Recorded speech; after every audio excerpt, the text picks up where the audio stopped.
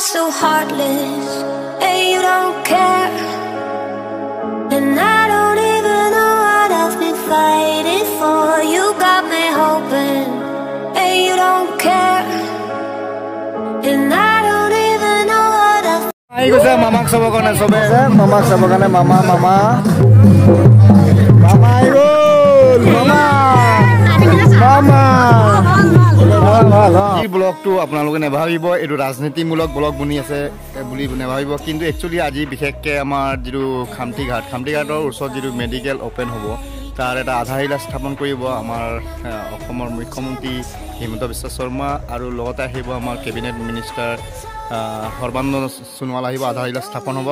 আৰু তাত কি হ'ব আপোনালোকক মই দেখুৱাম আৰু এই ভিডিঅ'ৰ থ্ৰুত Hey dosto, welcome back to the Tigers from Assam. বিশেষকৈ ব্লগটো মই ঘৰৰ পৰা আৰম্ভ কৰা নাই ঘৰৰ পৰা আৰম্ভ কৰিলে বহুত লং হ'ব দীঘলীয়া হ'ব আপোনালোকে নেচাব সেইকাৰণে মই সেই দুলিয়াবাম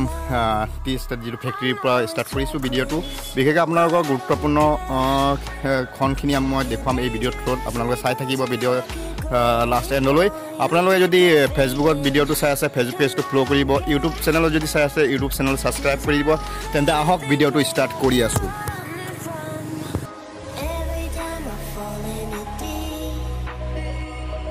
পৰা খামটিঘাট যিটো তেলপানী ঘাট বুলিও কোৱা যায় বিশেষকৈ আৰু তাৰ ইয়াৰ পৰা ডিষ্টেঞ্চটো হৈছে আপোনাৰ 19.8 কিলোমিটাৰ্ছ আৰু 36 মিনিট লাগিব বুলি দেখুৱাই আছে কিন্তু মই বিশেষকৈ যাত্ৰাটো আৰম্ভ কৰিম এতিয়া মোৰ বাইচাইকেলেৰে কাৰণ মোৰ বাইক বা গাড়ী একো নাই মই এটা দুখীয়া ঘৰৰ এটা ল'ৰা হয় দিন হাজিৰা কৰা ল'ৰা হয় মই আৰু এই ব্লগিংটো কৰি আছোঁ আপোনালোকৰ ছাপৰ্টটো লাগে মোক আপোনালোকে সদায় যেনেকৈ ছাপৰ্ট কৰি আছে আৰু এনেকৈ ছাপৰ্ট কৰি থাকক আৰু ভিডিঅ'টো আপোনালোকে শ্বেয়াৰ কৰিব আৰু নতুন যি ভিউৱাৰ্ছ আহি আছে মোৰ চেনেলটো ছাবস্ক্ৰাইব কৰি দিব আৰু তেন্তে মই ভিডিঅ'টো ষ্টাৰ্ট কৰি আছোঁ মোৰ এই চাপাৰী লৈ বলক আৰু বিশেষকৈ আপোনালোকক মই দেখুৱাম তাৰ ক্ষণখিনি তাত কি হ'ব আপোনালোকে চাই থাকিব আৰু ভিডিঅ'টো স্ক্ৰিপ্ট নকৰিব দেই তেন্তে বলক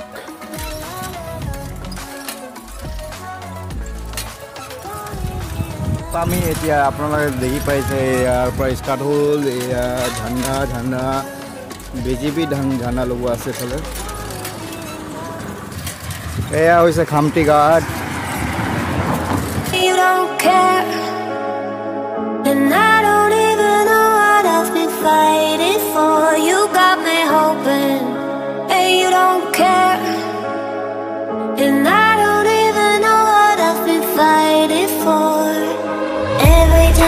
Falling in deep,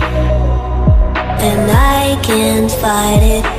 I can't fight it. You wreck my mind, I'm losing my sleep.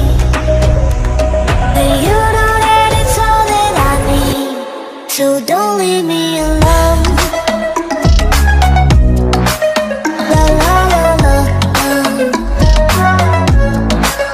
Finally মই আহি পাইছোঁ সি যিটো উত্তৰ পূব ভাৰতৰ প্ৰথম যোগ আৰু নেচাৰপেথী গৱেষণা চিকিৎসা প্ৰতিষ্ঠানে 100খন বিচনাযুক্ত আধাৰশিলা অনুষ্ঠান স্থাপন 89খন খোৱাং বিধানসভা সমষ্টিৰ বিধায়ক তৰফৰ পৰা আপোনালোকে দেখি পাইছে আজি ইয়াত আহি পাইছোঁ আপোনালোকৰ কি হ'ব আপোনালোকক দেখুৱাই থাকিম এই জেগাত দেখি পাইছে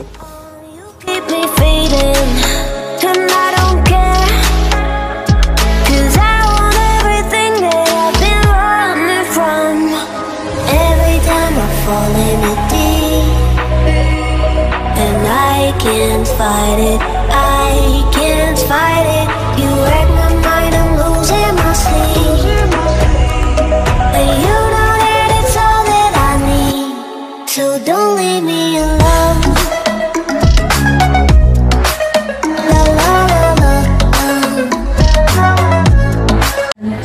বিগত বছৰসমূহত ভাৰতৰ পৰম্পৰাগত চিকিৎসা পদ্ধতিৰ পুনৰুত্থান হৈছে हमारा आयुर्वेद हजारों वर्षों की परंपरा हजारों वर्षों की तपस्या का प्रतीक है তেখেতৰ অত্যাধিক প্ৰচেষ্টা যুগে বিশ্বব্যাপী প্ৰসাৰতা লাভ কৰিছে আৰু আয়ুষ পদ্ধতিসমূহ সৰ্বসাধাৰণৰ মাজত ব্যাপকভাৱে জনপ্ৰিয় হৈছে दुनिया के लोगों के लिए जो 5 लाइफ नहीं है,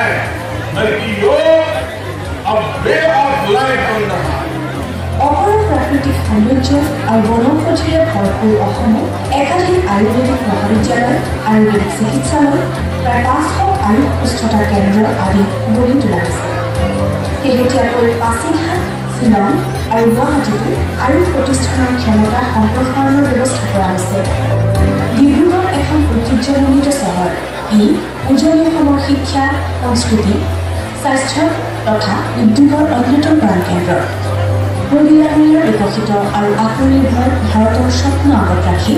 মাননীয় কেন্দ্ৰীয় আয়ুষ তথা বন্দৰ, জাহাজ পৰিবহণ আৰু জলপথ মন্ত্ৰী শ্ৰী সৰ্বানন্দ সোণোৱাল ডাঙৰীয়াৰ সবল প্ৰচেষ্টা আৰু অসমৰ মাননীয় মুখ্যমন্ত্ৰী ডক্টৰ হিমন্ত বিশ্ব শৰ্মা ডাঙৰীয়াৰ সহযোগত ডিব্ৰুগড়ৰ খামটিঘাট গাঁৱত স্থাপন হ'ব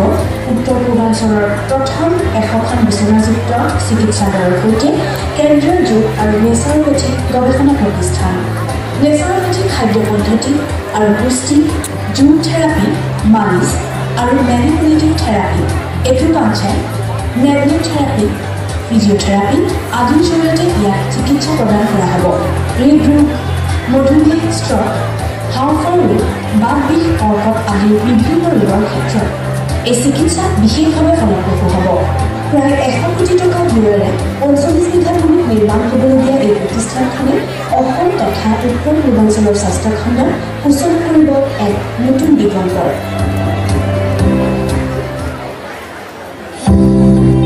মাননীয় প্ৰধানমন্ত্ৰী শ্ৰী নৰেন্দ্ৰ মোদী ডাঙৰীয়াৰ প্ৰতিষ্ঠান নেতৃত্বত বিগত বছৰসমূহত ভাৰতৰ পৰম্পৰাগত চিকিৎসা পদ্ধতিৰ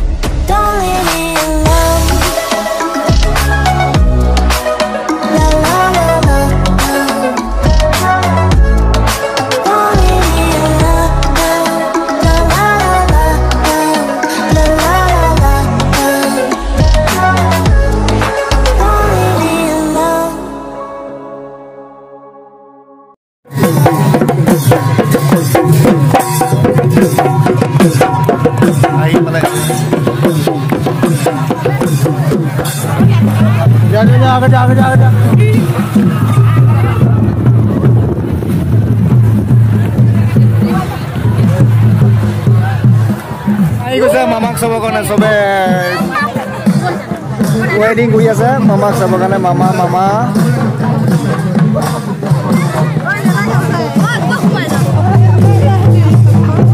এয়া চাব পাৰে ইয়াত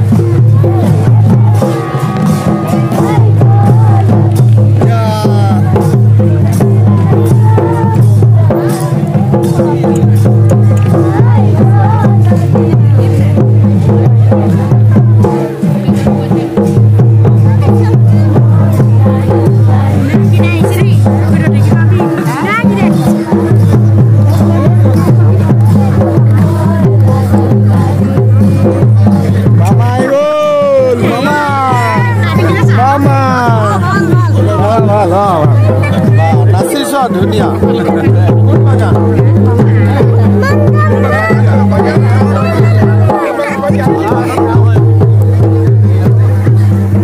মামা আহি গ'ল। মামা উপস্থিত হৈছে। মই তেখেতসকলক মঞ্চত আসন গ্ৰহণ কৰিবলৈ অনুৰোধ জনাইছোঁ। জয় শ্ৰীৰাম, জয় শ্ৰীৰাম। আমাৰ সৌভাগ্য আজি আমাৰ মাজত আছে কেন্দ্ৰীয় ৰাজ্যমন্ত্ৰী শ্ৰীযুত ৰামেশ মন্ত্ৰী শ্ৰীযুত কেশৱ মহন্তদেৱ, অসমৰ সাংস্কৃতিক পৰিক্ৰমা আদি বিভাগৰ মাননীয় মন্ত্ৰী শ্ৰীযুত বিমল বৰাদেৱ,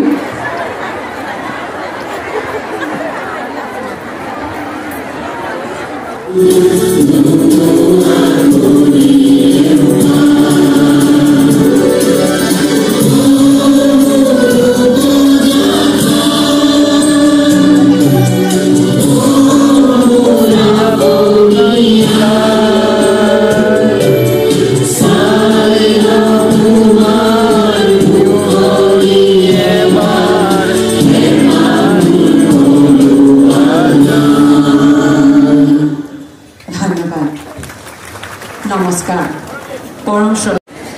নমস্কাৰ আজি ডিব্ৰুগড় জিলাৰ দিহিং খামটিঘাটত স্থাপন হ'ব লগা ভাৰত চৰকাৰৰ আয়ুষ মন্ত্ৰালয়ৰ yoga and naturopathy 100-bedded hospital and research center এই উপলক্ষে আয়োজিত এই সভাত উপস্থিত অসমৰ জনপ্ৰিয় মুখ্যমন্ত্ৰী ডক্টৰ হিমন্ত বিশ্ব শৰ্মা ডাঙৰীয়া আজি বিভিন্ন বিধানসভা সমষ্টিৰ ৰাইজে আহি এই আধাৰশিলা অনুষ্ঠানটো সফল কৰি তুলিলে তাৰ কাৰণে প্ৰতিগৰাকী উপস্থিত ব্যক্তি কৃতজ্ঞতাৰ পাত্ৰ মই অন্তৰৰ পৰাই আপোনালোকক কোটি কোটি প্ৰণাম যাচিছোঁ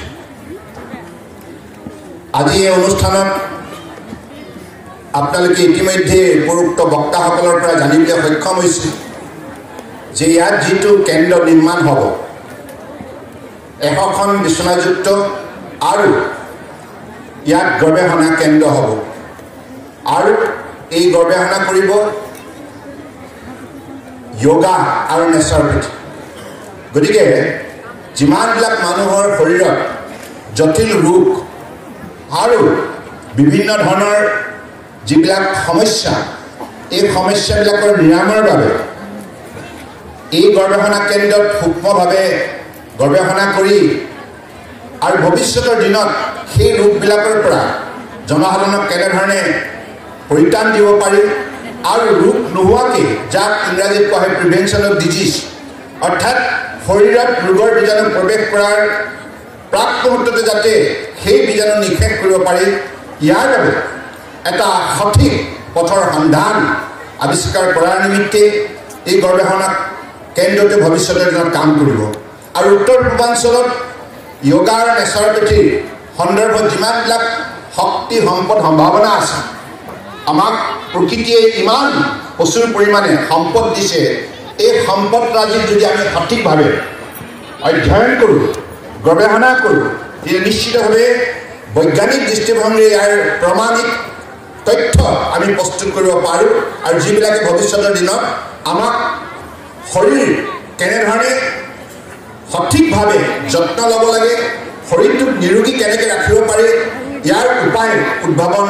কৰাৰ ক্ষেত্ৰত ই সহায় কৰিব পাৰে গতিকে সেইবাবে মই আশা ৰাখিছোঁ আজিৰ তাৰিখত ভাৰতবৰ্ষৰ জনতাই যেনেধৰণে আয়ুষৰ এই পৰম্পৰাগত চিকিৎসা পদ্ধতিটোক আঁকোৱালি লৈছে এই পদ্ধতি নতুন নহয় এইটো হাজাৰ হাজাৰ বছৰ কাল মানৱ সমাজত বিভিন্ন শৰীৰৰ সমস্যাৰ পৰা পৰিত্ৰাণ দিয়া এটা প্ৰাচীন চিকিৎসা পদ্ধতি কিন্তু এই পদ্ধতিটো পূৰ্বতে ভাৰতবৰ্ষ স্বাধীনতা লাভ কৰা আজি ৭৫ বছৰ হ'ল এই ৭৫ বছৰ সময়ত ৬০ বছৰ কালেই যিবিলাক চৰকাৰ বিশেষকৈ কংগ্ৰেছ সেই চৰকাৰবিলাকে বিভিন্ন সময়ত এই কথাবিলাকক যদি গুৰুত্ব দিলে হয় হয়তো আজি পৃথিৱীৰ বুকুত ভাৰতবৰ্ষৰ আয়ুষৰ দ্বাৰা উৎপাদিত সামগ্ৰীয়ে বিশ্ব বজাৰ দখল কৰাত উল্লেখযোগ্য স্থান পাবলৈ সক্ষম হ'ল হয় আৰু পৃথিৱীৰ মানৱ সমাজেও এই পদ্ধতিৰ দ্বাৰা উৎপাদিত খাদ্য সামগ্ৰী হওক উৎপাদিত ঔষধ সামগ্ৰীয়ে হওক সেইবিলাক সেৱন কৰি পেলাই গ্ৰহণ কৰি বিভিন্ন ধৰণে বিভিন্ন জটিল ৰোগৰ পৰা পৰিত্ৰাণ পালে হয় কিন্তু এই কথাবিলাক পূৰ্বৰ চৰকাৰে গুৰুত্ব প্ৰদান নকৰিলে তেখেতসকলে অধ্যয়নে নকৰিলে গৱেষণাও নকৰিলে ভাৰতবৰ্ষৰ বুকুত বিৰাজমান এই শক্তিসমূহক যদি সঠিকভাৱে অধ্যয়ন কৰিলে হয় বিজ্ঞানসন্মতভাৱে পৰীক্ষা নিৰীক্ষা কৰিলে হয় হয়তো এই প্ৰকৃতিৰ বুকুত গছ লতা পাত খাল বিল জান জুৰি নদী সাগৰ মহাসাগৰ তাৰ তলিত থকা এই প্ৰাকৃতিক শক্তিসমূহক তেখেতসকলে আৱিষ্কাৰ কৰিব পাৰিলে হয় কিন্তু আজি সেই কথাবিলাক তেখেতসকলে গুৰুত্ব নিদিয়াৰ বাবে ভাৰতবৰ্ষই এই বিষয়ত যথেষ্ট পিছ পৰি আছিল 2014 চনলৈকে কিন্তু 2014 চনত মাননীয় প্ৰধানমন্ত্ৰী নৰেন্দ্ৰ মোদী ডাঙৰীয়াই দায়িত্বভাৰ লৈ এটা সংস্কাৰমুখী দৃষ্টিভংগীৰে ট্ৰান্সফৰ্মেশ্যন তেখেতে সদায় কৈছিল পাৰফৰ্ম ৰিফৰ্ম এণ্ড ট্ৰান্সফৰ্ম অৰ্থাৎ সদায় কিবা এটা যদি আপুনি পৰিৱৰ্তন আনিব লগা হয় প্ৰথম আপোনাৰ নিজা দক্ষতা বৃদ্ধি কৰিব লাগিব চিন্তাধাৰা সঠিকভাৱে কৰিব লাগিব সঠিক সিদ্ধান্ত ল'ব লাগিব সঠিক নীতি গ্ৰহণ কৰিব লাগিব সঠিক পৰিকল্পনা প্ৰস্তুত কৰিব লাগিব আৰু এইবিলাকৰ সংযোজনৰ অন্তত এনেধৰণৰ এটা উপায় উদ্ভাৱন হ'ব যাৰ যোগেদি আপুনি মানৱ সমাজক পৰিত্ৰাণ দিব পৰাকৈ নতুন নতুন সূত্ৰ আৱিষ্কাৰ কৰিব পাৰিব গতিকে মই ভাবোঁ 2014 চনত মাননীয় প্ৰধানমন্ত্ৰী ডাঙৰীয়াই এই আয়ুষ যিটো সময়ত 2014 কংগ্ৰেছৰ শাসনকালত এটা সাধাৰণ বিভাগ হিচাপে আছিল ইয়াৰ গুৰুত্ব নাছিল ভাৰতবৰ্ষৰ জনতাও এই বিষয়ক লৈ পেলাই কোনোদিনে আলোচনা কৰা নাছিল কেৱল তেখেতসকলে আধুনিক চিকিৎসাৰ মাজতে আবদ্ধ আছিল কিন্তু মাননীয় প্ৰধানমন্ত্ৰী ডাঙৰীয়াই ক'লে দুইটা চিকিৎসা ব্যৱস্থা আমাৰ বাবে অতিকৈ প্ৰয়োজন মডাৰ্ণ এণ্ড ট্ৰেডিশ্যনেল পৰম্পৰাগত চিকিৎসা পদ্ধতিৰ দৰকাৰ আৰু আধুনিক চিকিৎসা পদ্ধতিৰ দৰকাৰ দুইটাৰ সমন্বয় আধাৰত যৌথভাৱে মিলি সমাজত মানুহক বিভিন্ন শাৰীৰিক সমস্যাৰ পৰা পৰিত্ৰাণ দিয়াটো আমাৰ প্ৰধান লক্ষ্য হলিষ্টিক হেল্থ কেয়াৰ বুলি যাক কোৱা হয় গতিকে সেইবাবে তেখেতে প্ৰথমতে আয়ুষ বিভাগৰ পৰা ইয়াক মন্ত্ৰালয় গঠন কৰিলে মন্ত্ৰালয় গঠন কৰি ইয়াৰ বাজেট বৃদ্ধি কৰিলে বাজেট বৃদ্ধি কৰি ইয়াৰ শিক্ষা গৱেষণা আৰু প্ৰশিক্ষণ তিনিটা ক্ষেত্ৰতে বিশেষভাৱে গুৰুত্ব প্ৰদান কৰি সমগ্ৰ ভাৰতবৰ্ষতে ডাঙৰ ডাঙৰ চিকিৎসালয় ডাঙৰ শিক্ষা কেন্দ্ৰ আৰু এই ক্ষেত্ৰত আইনৰ সংস্কাৰ কৰা হ'ল পূৰ্বতে যেনেধৰণে central council for research central council for Indian system of medicine বা চেণ্ট্ৰেল কাউন্সিল ফৰ হোমিওপেথি আছিল ইয়াক সংস্কাৰ কৰি পেলাই নতুন আইন প্ৰৱৰ্তন কৰিলে national commission for Indian system of medicine national commission for homeopathy act এইবিলাক 2021 চনত প্ৰৱৰ্তন কৰি ইয়াৰ যোগেদি তেখেতে যিবিলাক সংস্কাৰ নীতি হাতত ল'লে ইয়াৰ ফলত আমাৰ বিভিন্ন শিক্ষা অনুষ্ঠানৰ পৰা উৎপাদিত যিসকল আমাৰ উন্নত মানৱ সম্পদ চিকিৎসক এই পৰম্পৰাগত চিকিৎসা পদ্ধতি তেখেতসকলে উল্লেখযোগ্য অৰ্থাৎ উন্নত মানদণ্ডৰ চিকিৎসা প্ৰদান কৰাত সফলতা অৰ্জন কৰিলে আৰু ইয়াৰ ফলত এই বিভাগটোৱে আজি কেৱল ভাৰতবৰ্ষৰ বুকুতেই নহয় বিশ্বৰ মানৱ সমাজৰ এটা সমাদৰ বুটলিব সক্ষম হ'ল ইয়াৰ গ্ৰহণযোগ্যতা ইয়াৰ ক্ৰেডিবিলিটি এতিয়া যেনেধৰণে বৃদ্ধি পাইছে ফলত আজি আয়ুষৰ দ্বাৰা যিমানবিলাক উৎপাদিত ঔষধ সামগ্ৰী হওক বা ফুড ছাপ্লিমেণ্টে হওক এইবিলাকে আজি বিশ্বৰ বজাৰত এটা সুকীয়া আসন দখল কৰিবলৈ সক্ষম হৈছে 2014লৈকে কেৱল 21,000 কোটি টকাৰ মাজত সীমাবদ্ধ আছিল আমাৰ বজাৰখন কিন্তু এতিয়া মাননীয় প্ৰধানমন্ত্ৰী নৰেন্দ্ৰ মোদী ডাঙৰীয়াই লোৱা উল্লেখযোগ্য পদক্ষেপৰ বাবে আজি 4.5 লাখ কোটি টকাৰ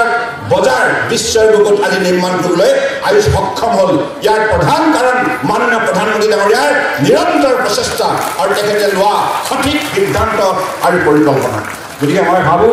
সেই সিদ্ধান্ত সেই পৰিকল্পনাৰ ভিত্তিতে আজি এনেধৰণৰ অনুষ্ঠান প্ৰতিষ্ঠান গঢ় লৈ উঠিছে অসম চৰকাৰেও পৰম্পৰাগত চিকিৎসা পদ্ধতিক বিশেষভাৱে উদগনি দিছে আগুৱাই নিয়াৰ বাবে প্ৰয়াস কৰিছে আধুনিক আৰু পৰম্পৰাগত দুইটা পদ্ধতিক আজি উৎসাহিত কৰাৰ বাবে এনেধৰণৰ আজি অনুষ্ঠান অসমৰ ভূমিত নিৰ্মাণ হ'বলৈ আজি সম্ভৱ হৈছে গতিকে মই অসম চৰকাৰে এই অনুষ্ঠানটো ইয়াক গঢ় দিয়াৰ ক্ষেত্ৰত নিৰ্মাণ কৰাৰ ক্ষেত্ৰত 45 বিঘা মাটি দি পেলাই যিখিনি সহযোগিতা আগবঢ়ালে তাৰ বাবে মই অসম চৰকাৰৰ মাননীয় মুখ্যমন্ত্ৰী ডক্টৰ হিমন্ত বিশ্ব শৰ্মা ডাঙৰীয়াক বিশেষভাৱে ধন্যবাদ জনাইছোঁ আজি অসম চৰকাৰে 45 বিঘা মাটি নিদিলে এই অনুষ্ঠান ইয়াত নিৰ্মাণ কৰাটো অসম্ভৱ গতিকে সেইবাবে প্ৰঞ্চদা ৰাইজ ইয়াৰ স্থানীয় ৰাইজেও গুৰু দায়িত্ব আছে নিৰ্মাণ কাৰ্য আৰম্ভ হ'ব নিৰ্মাণ কাৰ্য আৰম্ভ হ'লে আপোনালোকে সকলোৱে যেন সহযোগিতা আগবঢ়ায় কাৰণ এই চিকিৎসালয়খন কেৱল এখন বেডৰ বা এখন বিছনাযুক্ত হৈ নাথাকে ইয়াক ভৱিষ্যতে সম্প্ৰসাৰণ কৰা হ'ব চেণ্টাৰ অফ এক্সিলেঞ্চ হিচাপে ইয়াক ভৱিষ্যতলৈ গঢ় দিয়াৰ ইতিমধ্যে লক্ষ্য স্থিৰ কৰা হৈছে আৰু ইয়াত নতুন প্ৰশিক্ষণ ব্যৱস্থা ইয়াত সংযোজন কৰা হ'ব গতিকে মই ভাবোঁ যে এই সুযোগটো আমাৰ উত্তৰ পূৰ্বাঞ্চলৰ আমাৰ উঠি অহা প্ৰজন্মই ল'ব লাগে কাৰণ আজিৰ তাৰিখত ছাৰ্ভিচেছ এণ্ড মেনুফেকচাৰ দুইটা ছেক্টৰতে যেনেধৰণে আজি গুৰুত্ব বৃদ্ধি পাইছে ট্ৰেডিশ্যনেল চিষ্টেম অফ মেডিচিনৰ সেইবাবে এই চিকিৎসা পদ্ধতিৰে উৎপাদিত মানৱ সম্পদে কৰ্মসংস্থাপন পোৱাৰ উপৰিও তেখেতসকলে বিভিন্ন ধৰণৰ এণ্টাৰপ্ৰিনাৰ্ছ হিচাপেও নিজক প্ৰতিষ্ঠা কৰিব পাৰে আনকি ষ্টাৰ্টআপৰতো আজি আয়ুষত প্ৰায় 1000 ষ্টাৰ্টআপ আজি ইয়াৰ পৰা ডেভেলপ হৈছে তেখেতসকলে একোজন এমপ্লয়াৰ হিচাপে আজি বিভিন্ন ধৰণৰ দুবেলা দুমুঠি উপাৰ্জন কৰাৰ বাবে কৰ্মসংস্থাপন দিয়াৰ ক্ষেত্ৰত সফলতা অৰ্জন কৰিছে ইউনিকৰ্ণৰ ডেভেলপ হৈছে গতিকে সেইবাবে আধুনিক চিকিৎসাৰ সৈতে পৰম্পৰাগত চিকিৎসা পদ্ধতিক ঐক্যবদ্ধ কৰিম মাননীয় প্ৰধানমন্ত্ৰী ডাঙৰীয়াই কৈছে ইণ্টিগ্ৰেটিভ চিষ্টেম অফ মেডিচাইনক তোমালোকে অগ্ৰাধিকাৰ দিব লাগিব ইয়াৰ ভিত্তিতে আজি এইমছ ভাৰতবৰ্ষত 19খন এইমছ বিভিন্নখন ইতিমধ্যে এইমছ সম্পূৰ্ণ হৈছে ইতিমধ্যে কিছুমান এইমছ অপাৰেশ্যনেল হৈছে কিছুমান এইমছ সম্পূৰ্ণ হোৱাৰ কিছুদিনৰ পাছতে সম্পূৰ্ণ হ'ব গতিকে মাননীয় প্ৰধানমন্ত্ৰী ডাঙৰীয়াই কৈছে যে প্ৰতিখন এইমছতে এটা সুকীয়া একাডেমিক ডিপাৰ্টমেণ্ট আয়ুষৰ তাত খোলা হ'ব আৰু তাত সকলো ধৰণৰ ব্যৱস্থা থাকিব শিক্ষাও থাকিব গৱেষণাও থাকিব গতিকে এনেধৰণে ইণ্টিগ্ৰেশ্যনটো ডেভেলপ কৰা হৈছে আৰু সেই ইণ্টিগ্ৰেশ্যনটো দুইটা আধুনিক আৰু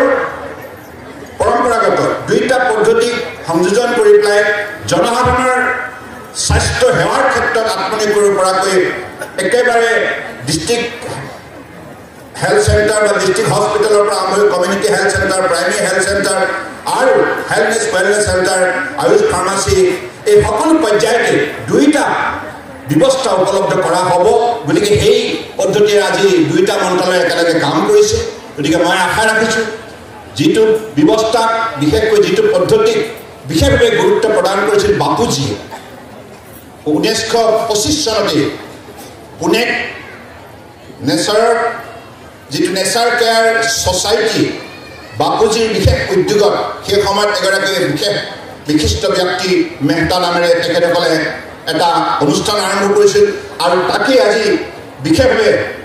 গুৰুত্ব প্ৰদান কৰাৰ ফলত মাননীয় প্ৰধানমন্ত্ৰী ডাঙৰীয়াই এই গোটেই ব্যৱস্থাক এটা গুৰুত্ব দিয়াৰ বাবে আজি বিশ্বৰ বুকুত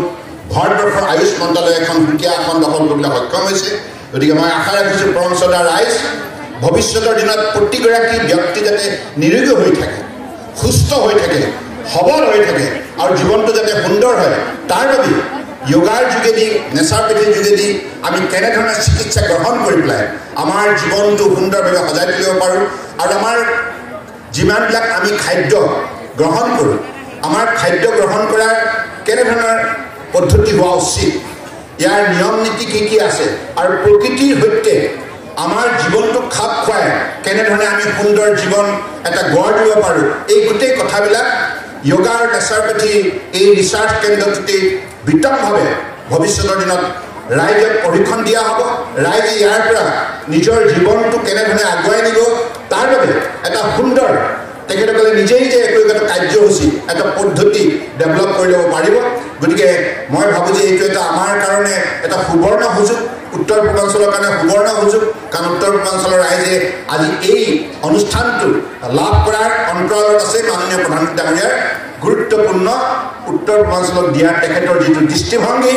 তেখেতে যেনেধৰণে উত্তৰ পূৰ্বাঞ্চলক অগ্ৰাধিকাৰ দিছে সকলো ক্ষেত্ৰতে আজি চিকিৎসা হওক আজি বিজ্ঞান হওক আজি বিভিন্ন ধৰণৰ শিক্ষা প্ৰতিটো পৰ্যায়তে কৃষি হওক যাতায়াত হওক যোগাযোগ হওক মাননীয় প্ৰধানমন্ত্ৰী ডাঙৰীয়াৰ আশীৰ্বাদৰ বাবে আজি এই অনুষ্ঠানটো আমি পাবলৈ সক্ষম হৈছোঁ তেখেতৰ সহযোগিতাৰ বাবে উত্তৰ পূৰ্বাঞ্চলত কেৱল ডিব্ৰুগড়তে নহয় পাছিঘাটত হৈছে শ্বিলঙত হৈছে মিজোৰামত হৈছে মণিপুৰত হৈছে আৰু আগৰতলাত হৈছে সকলো ঠাইতে আজি গেংটক হৈছে প্ৰতিটো স্থানতে আজি পৰম্পৰাগত চিকিৎসা পদ্ধতিক বিশেষভাৱে অগ্ৰাধিকাৰ দি তেখেতে যেনেধৰণে অনুষ্ঠান প্ৰতিষ্ঠান গঢ় দিয়াৰ বাবে মন্ত্ৰালয়ৰ নিৰ্দেশ দিছে ইয়াৰ ফলশ্ৰুতিত এইবিলাক অনুষ্ঠান আজি সম্ভৱ হৈছে চালে হাত ডাঙৰকচোন বাপৰে চবে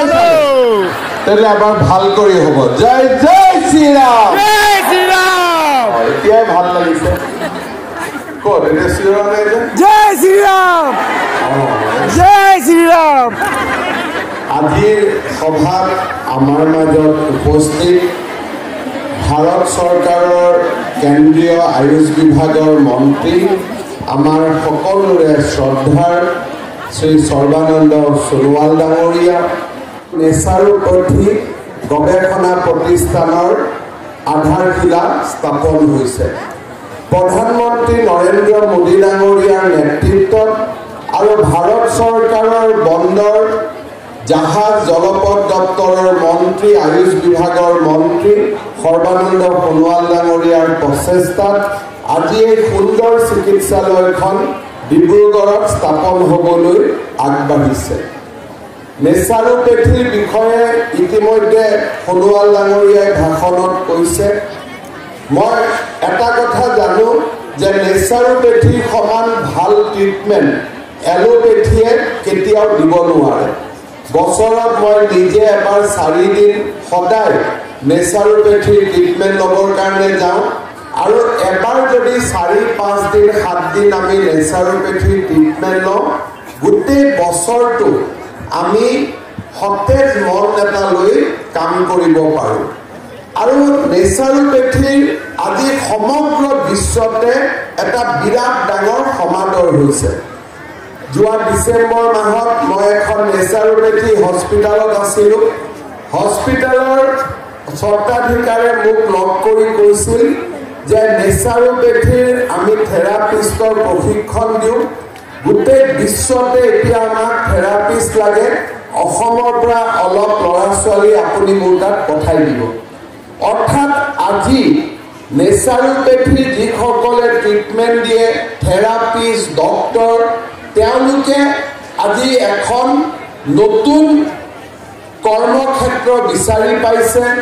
নিবনুৱাৰ কৰ্মসংস্থাপন হৈছে ষ্টাৰ্টআপ আৰম্ভ হৈছে আৰু তাৰ লগে লগে নেচাৰোপেথি আৰু যোগৰ বাবে মানুহে কৰ্ম সংস্কৃতি আৰু কৰ্মসংস্থাপন পাবলৈ আৰম্ভ হৈছে আজি আমি ইয়াত যি 100খন বিচনাযুক্ত নেচাৰোপেথি হস্পিটেল খুলিম তাৰ লগে লগে ইয়াতে নেচাৰোপেথিৰ লগত জড়িত বিভিন্ন দিশৰ ইয়াত প্ৰশিক্ষণ দিয়া হ'ব নিবনুৱা ল'ৰা ছোৱালীয়ে ইয়াত প্ৰশিক্ষণ লৈ বহল কৰ্মক্ষেত্ৰত আগবাঢ়ি যাব পাৰিব এই চিকিৎসালয়খনে আমাৰ বহু দুনীয়া অভাৱ এটা দূৰ কৰিব নেচাৰোপেথি চিকিৎসালয়খন হৈ যোৱাৰ লগে লগে এই প্ৰতিষ্ঠানত খাদ্য পদ্ধতি আৰু পুষ্টি যোগ therapy manipulative therapy acupressure acupuncture chromotherapy magnet therapy physiotherapy hydrotherapy আদি বহুতবিলাক ট্ৰিটমেণ্টৰ সুবিধা উপলব্ধ হ'ব আজি সমগ্ৰ ভাৰতবৰ্ষতে নেচাৰোপেথি ট্ৰিটমেণ্ট যিসকল অত্যন্ত ধনী ব্যক্তি তেওঁলোকে লয় কাৰণ নেচাৰোপেথি ইমান দিন প্ৰাইভেট ছেক্টৰত আছিল ডাঙৰ ডাঙৰ ৰিজৰ্ট আছে য'ত নেচাৰোপেথি ট্ৰিটমেণ্ট কৰা হয় বিশাখাপট্টনম বাংলোৰ দেৰাদুন আমাৰ উত্তৰাখণ্ড এইবিলাকত বহু লোকে যিবিলাক যথেষ্ট টকা থকা মানুহ তেওঁলোকে হাজাৰ হাজাৰ টকা খৰচ কৰি নেচাৰোপেথি ট্ৰিটমেণ্ট ল'বৰ বাবে যায় যোগা শিকিবৰ বাবে যায় কিন্তু আমি দুখীয়া দৰিদ্ৰ মানুহসকলে কিবা বেমাৰ হ'লেই আমি এলোপেথিক হস্পিটেললৈ দৌৰি যাওঁ কেমিকেলৰ আমি মেডিচিন খাওঁ আৰু যিটো বেমাৰ আমি ভাল কৰোঁ তাৰ লগত 3টা বেমাৰ আমি লগত লৈ আহোঁ মই কোৱা নাই যে এলোপেথিক বেয়া কিন্তু নেচাৰোপেথিৰ যিটো হিলিং সিমান ডাঙৰ হিলিং আমি আন পদ্ধতিত দেখা নাপাওঁ যোগৰ জৰিয়তে যিটো হিলিং হয় তাক আমি আন পদ্ধতিত দেখা নাপাওঁ সেইকাৰণে নৰেন্দ্ৰ মোদী ডাঙৰীয়াই ৰাষ্ট্ৰসংঘৰ জৰিয়তে আন্তৰ্জাতিক যোগ দিৱস কৰিছে আমাৰ ভাৰতত যোগৰ এটা নতুন আন্দোলন কৰিছে প্ৰাকৃতিক চিকিৎসাৰ এটা নতুন আন্দোলন আৰম্ভ কৰিছে ইয়াৰ দ্বাৰা মানুহৰ যথেষ্ট সুবিধা হ'ব উপকৃত হ'ব নেচাৰোপেথিয়ে মেডিকেল টুৰিজিম বৃদ্ধি কৰে ইয়াত যে আমি হস্পিটেলখন দেখিছোঁ এই হস্পিটেলখন হৈ যোৱাৰ লগে লগে ভাৰতৰ বিভিন্ন স্থানৰ মানুহ ইয়াতে নেচাৰোপেথি ট্ৰিটমেণ্ট ল'বৰ বাবে আহিব কাৰণ নেচাৰোপেথি ট্ৰিটমেণ্ট ক'ব গ'লে এটা হট কেক বুলি ক'লেও ভুল কৰা নহ'ব এনেকুৱা এখন চিকিৎসালয়ৰ প্ৰয়োজনীয়তা অসমত বহু দিনৰ পৰা আছিলে সৰ্বানন্দ সোণোৱাল ডাঙৰীয়াৰ প্ৰচেষ্টাত আজি আমি সেই অসুবিধা দূৰ কৰিব পাৰিলোঁ নৰেন্দ্ৰ মোদী ডাঙৰীয়াৰ আশীৰ্বাদত আমাৰ ৰাজ্যত আৰু এটা নতুন কেন্দ্ৰীয় চৰকাৰৰ অৱদান সংযোজিত হ'ল প্ৰধানমন্ত্ৰী মোদী ডাঙৰীয়া যেতিয়াৰ পৰা দায়িত্ব লৈছে আমাৰ অসমত এটাৰ পিছত এটা কেন্দ্ৰীয় প্ৰতিষ্ঠান যোগ হৈছে এইমছ হৈছে আমাৰ ইয়াতে মেডিকেল কলেজসমূহ হৈছে আমাৰ অসমৰ এক বিশাল উন্নতিৰ পৰিক্ৰমা নৰেন্দ্ৰ মোদী ডাঙৰীয়াৰ নেতৃত্বত আৰম্ভ হৈছে যোৱাকালি মই ৰাতি তেজপুৰত আছিলোঁ কলিয়া ভুমুৰা দলংখনত যাওঁতে তাৰ লগত আৰু এখন দলং নিৰ্মাণ গোটেই অঞ্চলটোৰ প্ৰাকৃতিক শোভা ইমান বৃদ্ধি কৰিছে তাক ভাবিলে ভাল লাগে বগীবিলৰ দলং শদিয়াৰ দলং ব্ৰহ্মপুত্ৰৰ গুৱাহাটীৰ দ্বিতীয়খন দলং এই গোটেইবিলাকে আজি অসমৰ সমগ্ৰ পৰিৱেশ সলনি কৰি পেলাইছে কেইদিনমান পিছত কাজিৰঙাৰ ওপৰত আমাৰ ৩২ কিলোমিটাৰ এলিভেটেড কৰিডৰ হ'ব আমাৰ নুমলীগড় আৰু গহপুৰক সংযোজিত কৰি ব্ৰহ্মপুত্ৰৰ তলেদি টানেল হ'ব যিবিলাক কথা আমি কেতিয়াও কল্পনা কৰিব পৰা নাছিলোঁ আজি প্ৰধানমন্ত্ৰী মোদী ডাঙৰীয়াৰ নেতৃত্বত এই কামবিলাক আমাৰ ৰাজ্যখনত সম্ভৱ হৈছে আৰু আমাৰ ৰাজ্যখন দ্ৰুত গতিত আগবাঢ়ি গৈছে আজি মোদী ডাঙৰীয়াৰ আশীৰ্বাদৰ বাবে আমাৰ ৰাজ্যখনো সচ্ছল হৈছে নিৰ্বাচনৰ সময়ত আমি ৰাজ্যৰ জনগণক কৈছিলোঁ যে আমি 1 লাখ চৰকাৰী চাকৰি দিম তাক আমি দিব পাৰিলোঁ আৰু নতুনকৈ ৩৫,০০০ চাকৰি আমি বিজ্ঞাপন উলিয়াইছোঁ মাইক্ৰ' ফাইনেন্স লোনৰ ২৫,০০০ টকালৈকে আমি NOC দিলোঁ কেইদিনমানৰ ভিতৰতে ৫০,০০০ টকাৰো আমি NOC দিম আমি যি ধৰণে ৰাইজক প্ৰতিশ্ৰুতি দিছিলোঁ আমি আগবাঢ়ি গৈ আছোঁ আপোনালোকে দেখিছে আজি আমাৰ ইয়াতে বহু মহিলা আহিছে সোণোৱাল ডাঙৰীয়াই খোৱা ওমেন পল্ট্ৰি প্ৰডিউচাৰ কোম্পানীৰ কথা কৈছে এতিয়া আমি অসমত যি এখন নতুন আঁচনি আৰম্ভ কৰিছোঁ মুখ্যমন্ত্ৰীৰ মহিলা উদ্যমিতা বিকাশ আঁচনি এই আঁচনিখনৰ আমি আপোনালোকক যোৱা ২২ তাৰিখৰ পৰা যোৱা আমি 18 তাৰিখৰ পৰা আমি ফৰ্ম দিলোঁ ডিব্ৰুগড়ত তিনিচুকীয়াত আমি 18 তাৰিখে দিলোঁ আপোনালোকে ফৰ্ম ল'লে নে নাই ফৰ্ম কোনে কোনে ল'লে হাত ডাঙৰ ল'লে এটা লাগিবনে নাই বস্তুটো লাগিবনে না লাগিলেতো ডাঙৰ কৰি ক'ব লাগিব ন লাগিব ঠিক আছে এতিয়া এই আঁচনিখনৰ বিষয়ে আপোনালোকে বুজি পাইছে নে সেইটো মই জানিব লাগে আঁচনিখন এতিয়া আপোনালোকে 1 মাহৰ ভিতৰত ফৰ্ম ফিল আপ কৰি দিব এদিনতে আমি কিয় ফৰ্ম দিলোঁ যাতে আমাক দালালে নাপায় একদিনাখনতে আমি ফৰ্ম দিলোঁ দালালে কেতিয়া ফৰ্ম ল'ব লাগে গমেই নাপালে নহ'লে তাতো 150-200 টকা কালেকশ্যন কৰি লয় তাৰপিছত আমি এতিয়া কি কৰিম দিয়াৰ দিন হ'ব 1 মাহ পিছত মই এদিনতে মাত্ৰ এটা দিনতে কম আজিয়ে ফৰ্ম দি দিয়ক আৰু আপোনালোকে এটা দিনতে ফৰ্মটো দি দিব তাৰপিছত মই গুৱাহাটীৰ পৰা দালালে গম নোপোৱাকৈ টুপুং কৰি 10,000 টকা আপোনালোকৰ একাউণ্টত ভৰাই দিম তাৰপিছত কি কৰিম আপোনালোকে একোটা কাম কৰিব আজি যেনেকৈ খোৱাং ওমেন পল্ট্ৰি প্ৰডিউচাৰ কোম্পানীয়ে কাম কৰিছে তেওঁলোকে কণী গাহৰি উৎপাদন কৰিছে আপোনালোকে যিকোনো এটা সৰু কাম আপোনালোকে হাতত ল'ব হাতত ল'লে পিছত আপোনালোকে যোনে যোনে কাম কৰিছে তেওঁলোকক আমি আকৌ দ্বিতীয়বাৰ 25,000 টকা দিম তাৰে 12,500 বেংকৰ পৰা আপোনালোকক আমি লোন উলিয়াই দিম আৰু 12,500 টকা আপোনালোকক চৰকাৰৰ পৰা আমি ফ্ৰী কৰি ছাবচিডি কৰি আপোনালোকক আকৌ এবাৰ দি দিম তাৰমানে 10 আৰু 25 লাগি কিমান হ'ল 35,000 এই 35,000 টকাক লৈ পেলাই আপোনালোকে উপাৰ্জন কৰিব আমিও আৰু সহায় কৰিম আৰু মহিলাসকলক আমি লাখপতি বনাব লাগিব এইটো হৈছে আমাৰ স্বপ্ন বনিব ইচ্ছা আছে নে নাই লাখপতি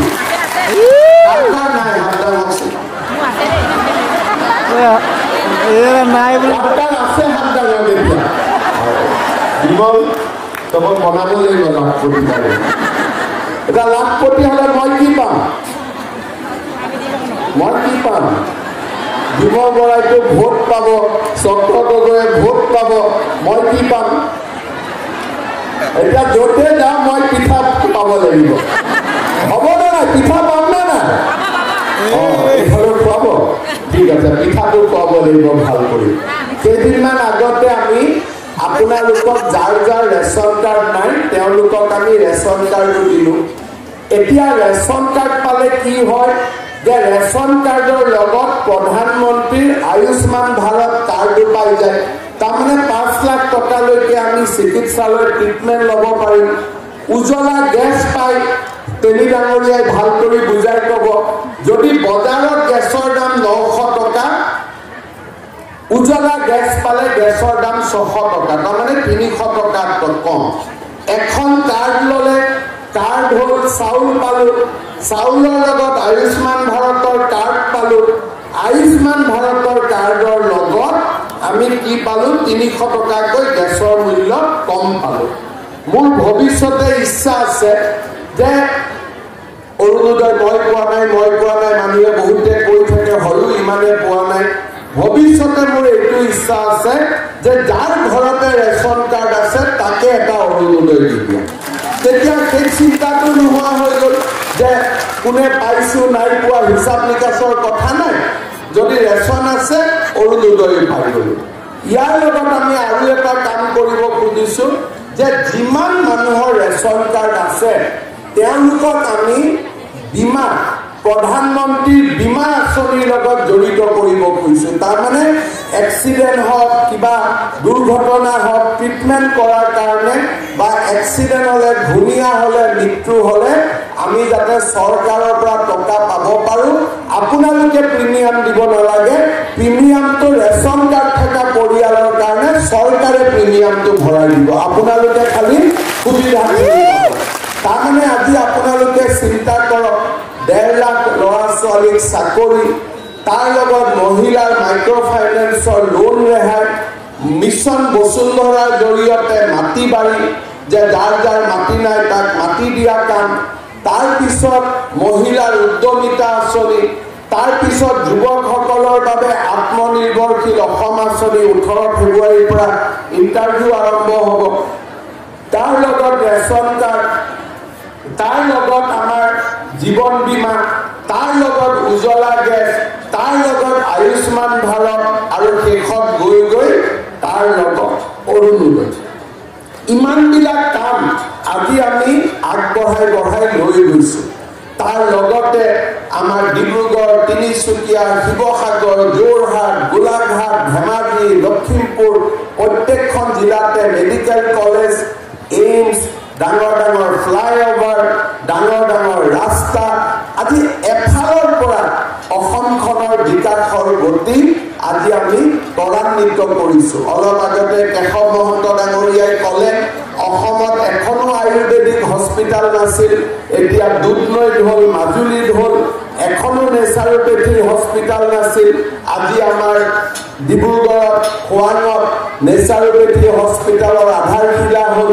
মোদী ডাঙৰীয়াই অসমৰ মানুহক হিয়া উজাৰি এফালৰ পৰা দি গৈছে এতিয়া আমি আমাৰ সময় আহিছে যে এপ্ৰিল মাহত ইলেকশ্যন হ'ব জয় শ্ৰীৰাম বুলি কৈ মোদী ডাঙৰীয়াক আমিও হিয়া উজাৰি উভতাই দিব লাগিব নে নাই লাগিব অলপ হাততালিটো কমি আছে নেকি জয় শ্ৰীৰাম দিব লাগিব নহয় নে নহয় আজি আমাৰ পুনৰ এবাৰ মই সৰ্বানন্দ সোণোৱাল ডাঙৰীয়াক ধন্যবাদ আৰু কৃতজ্ঞতা জনাইছোঁ যে তেখেতৰ প্ৰচেষ্টাত অসমত আগতে আমি ইমান কৰিব নোৱাৰা আজি আয়ুষ বিভাগটো আগুৱাই গৈছে গুৱাহাটীৰ আয়ুৰ্বেদিক কলেজ সুন্দৰ হ'ল দ্বিতীয়খন আয়ুৰ্বেদিক কলেজ বনাবৰ কাৰণে তেখেতে অনুমোদন দিছে ডিব্ৰুগড়ত নেচাৰোপেথি হস্পিটেল হ'ল আয়ুৰ্বেদিক হস্পিটেলবিলাক হ'ব আৰম্ভ কৰিছে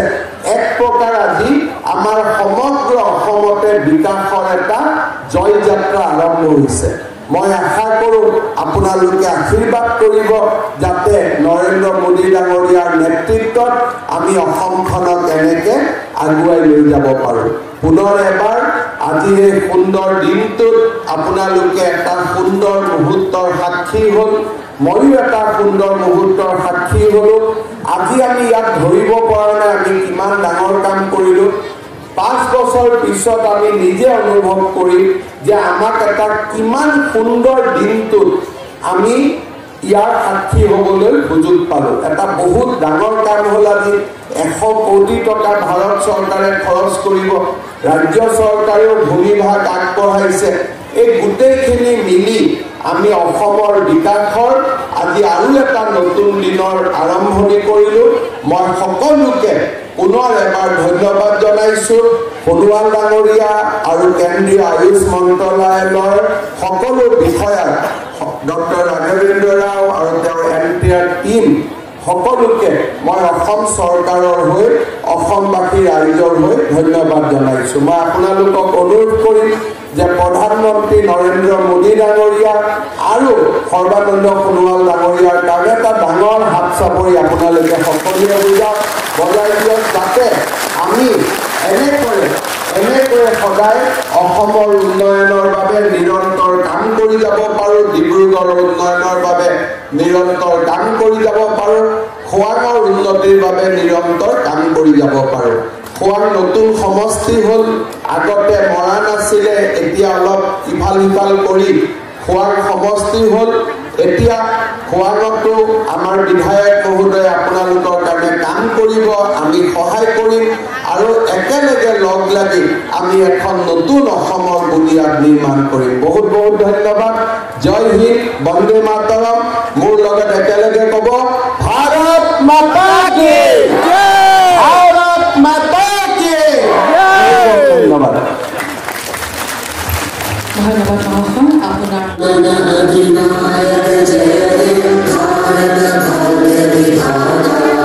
पंजाब सिंध गुजरात मराठा द्राविड उत्कल गंगा विंध्य हिमाचल यमुना गंगा उज्जल जलधि तरंगा तव शुभ नामे जागे तव शुभ आशीष मांगे गाहे तव जय गाथा जन गण मंगल